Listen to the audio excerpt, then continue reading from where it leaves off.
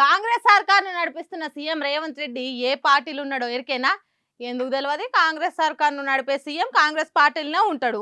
అదేం ప్రశ్న భార్గవి అనే కదా మీరు అంటున్నది. మీరే కాదు, తెలంగాణ జనమంతా రేవంత్ రెడ్డి సారు కాంగ్రెస్ పార్టీలోనే ఉన్నాడని అనుకుంటున్నాం. కానీ లేడట, వేరే పార్టీలో ఎన్నడో షేరికైందట. ఆ ముచ్చట నీకెవరు చెప్పిండ్రు అంటే ఇగో ఈ మాజీ కాంగ్రెస్ పార్టీ లీడరు తాజా బీఆర్ఎస్ పార్టీ ప్రధాన కార్యదర్శి చెప్తున్నాడు. నూనె కాంగ్రెస్ పార్టీ ఎప్పుడేమైందో తెలియదు. కొసెల్లి ఈయన ఉంటా అని చెప్పి అనుకుంటుండు నేను కొసెల్లి దాకా ఉంటా అని చెప్పని. కానీ అధిష్టానం గమనిస్తుంది ఈయన ఇప్పుడే పోయేదైతే బీజేపీ దానిలో చేరిండు. ఎందుకు నడమ ఉన్నాడుగా చంద్రబాబు నాయుడు గారు, నడమ రాయబారి వారది ఉన్నాడు.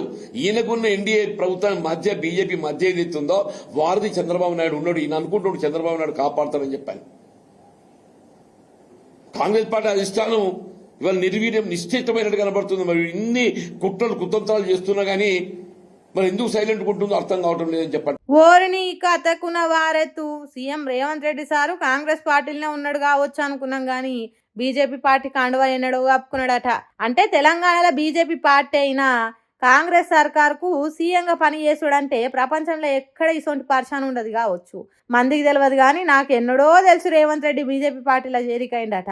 అటు బీజేపీకి ఇటు రేవంత్ రెడ్డికి నడుమిట్లా నారదముని తీరుగా చంద్రాల సారు అటు ముచ్చట్లు ఇటు ముచ్చట్లు అటు చెప్తున్నాడట. వారధి తానే రేవంత్ రెడ్డిని బీజేపీకి దగ్గర చేస్తున్నాడట.